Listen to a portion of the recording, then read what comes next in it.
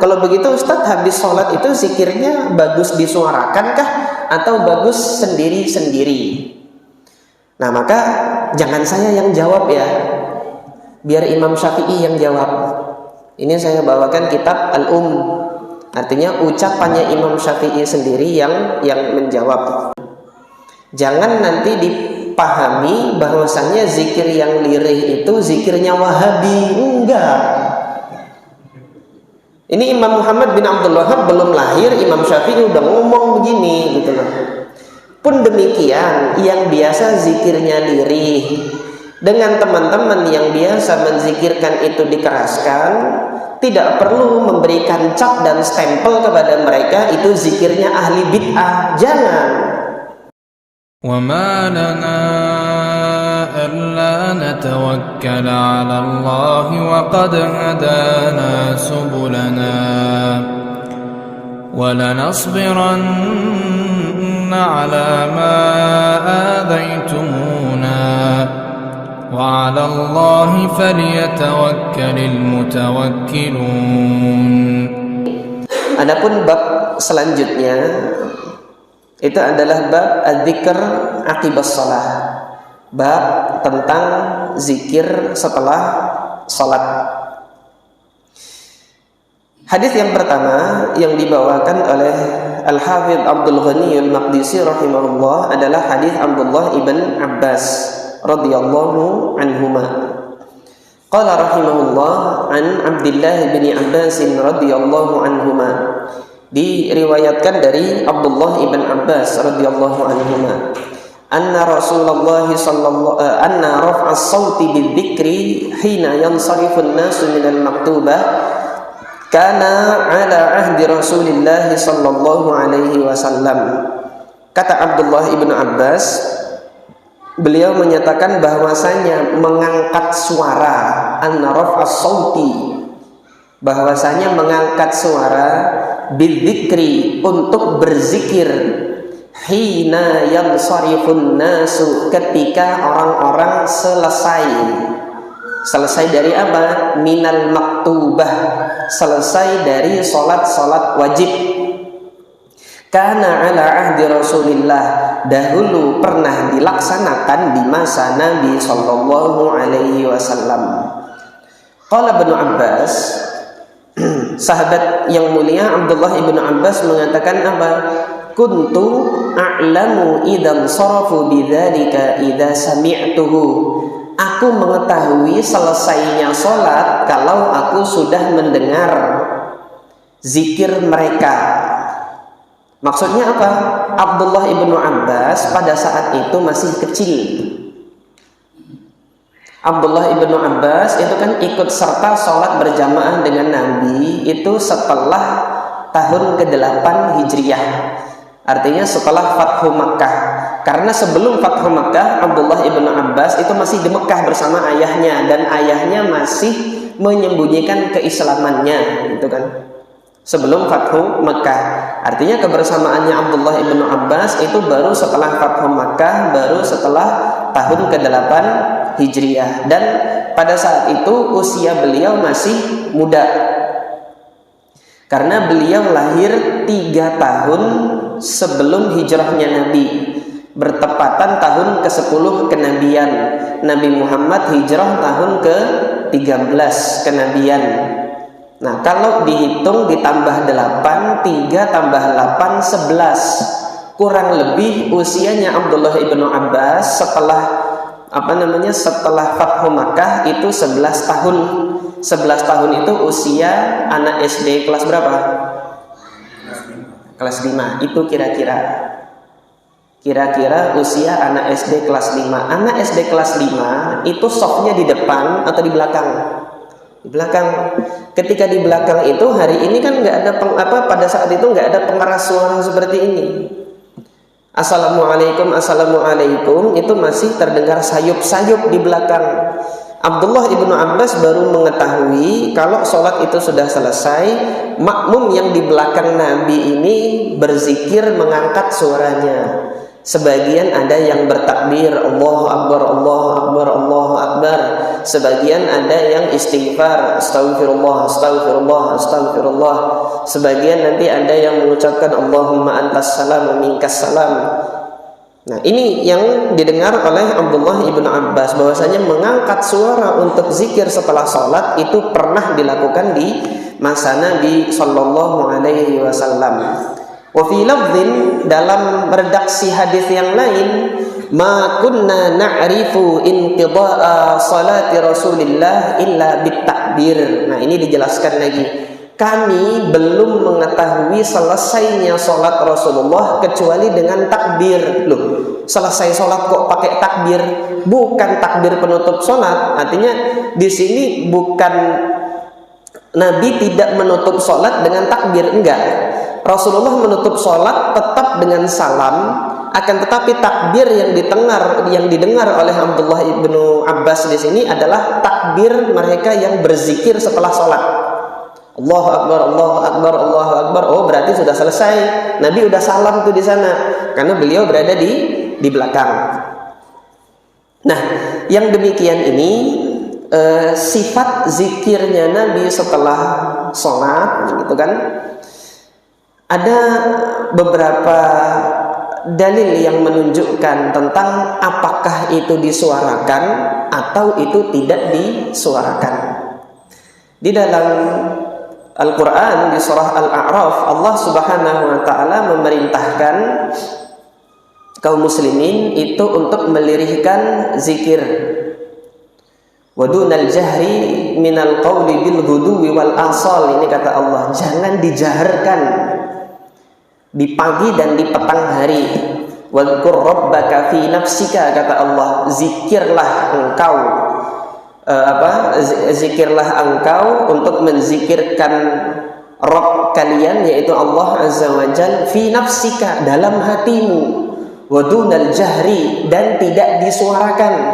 Ini Allah perintahkan di dalam surah Al-A'raf. Nah, surah Al-A'raf Makkiyah. Ini ketika masih di Mekah. Nah, ketika masih di Mekah, di antara hikmah untuk melirihkan zikir di situ, dan itu ada keterangan bil ghudwi wal asal, pagi dan petang. Sebagian mufassir yang lain menyatakan bahwasanya pagi dan petang ini tidak lain adalah sholat.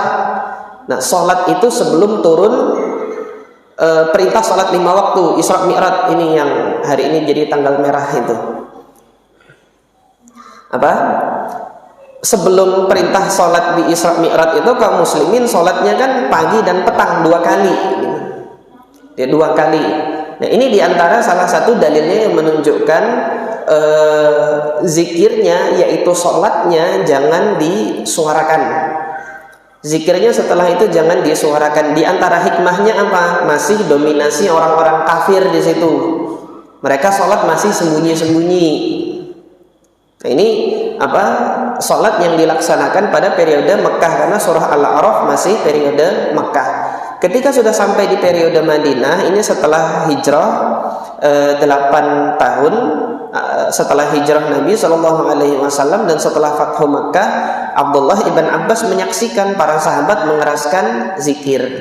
Nah, jadi yang seperti ini mungkin muncul pertanyaan, kalau begitu Ustadz, habis sholat itu zikirnya bagus disuarakankah atau bagus sendiri-sendiri? Nah, maka jangan saya yang jawab ya, biar Imam Syafi'i yang jawab. Ini saya bawakan kitab artinya ucapannya Imam Syafi'i sendiri yang menjawab. Nah, mari kita simak apa yang beliau sampaikan di sini. Qala Syafi'i rahimahullah. Ini diriwayatkan oleh Al-Imam Rabi' ibn Sulaiman Al-Muradi, muridnya Imam Syafi'i yang meriwayatkan kitab ini. Wa hadza minal mubahi lil imami wa ghairil imam. Yang demikian ini boleh bagi imam dan boleh bagi yang bukan imam. Apa itu? Qala wa ayyu imamin dzakarallahu bima wasaftu jahran aw sirran aw bighairihi fahasan. Yaitu apa?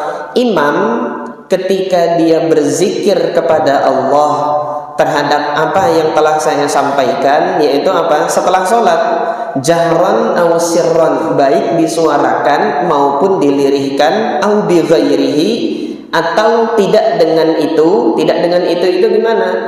Disuarakan hanya dia yang dengar, samping kanan kirinya enggak dengar, itu juga enggak apa-apa. Kata Imam Syafi'i apa? Fahasan, ini hasan, ini bagus. Disuarakan, orang lain dengar, lirihkan, disembunyikan, atau dia angkat sedikit suaranya gitu kan, hasan, itu semuanya boleh. Wa akhtar, tapi yang saya pilih, kata beliau, lil imami wal ma'mum an yadhkurallaha ba'da linsirafi minas salati wa yukhfiyani ad-dzikra. Yang saya pilih, imam dan makmum itu dua-duanya berzikir, tapi yukhfiyani, disembunyikan, dilirihkan zikir itu. Ini yang saya pilih. Jadi menurut Imam Syafi'i rahimahullah, di sini yang lebih utama zikir setelah sholat itu tidak disuarakan. Selesai sampai sini, belum ada kelanjutannya. Illa, kecuali an yakuna imaman yajibu an yata'allama minhu, yakunu imaman yajibu an yuta'allama minhu, kecuali imam itu dalam rangka mengajarkan sesuatu yang harus diajarkan gitu loh, pada posisi, pada kondisi harus mengajarkan bagaimana sih zikir setelah sholat. Maka kata Imam Syafi'i, fayajhar, boleh dia mengangkat suaranya agar makmum di belakang belajar, oh begini toh zikir setelah sholat itu begitu. Hatta yaro atau hatta yuro, sampai kalau sudah dikira annahu qad ta'allama minhu atau tu'allima minhu, bahwasanya kalau sudah dikira orang-orang itu sudah belajar gitu kan, orang-orang itu sudah bisa mempelajari zikir yang dari seorang imam, kata Imam Syafi'i apa? Tsumma yusir, hendaknya si imam itu melirihkan, artinya menjaharkan itu sementara saja, sementara untuk mengajari mereka yang belum bisa. Kalau nanti sudah dianggap oh sudah bisa, ya sudah, kembali kepada hukum asalnya, zikir itu lirih, zikir itu tidak bersuara. Ini yang ngomong bukan Haidir Rahman ya, yang ngomong Al-Imam Syafi'i rahimahullah. Ini pendapat beliau.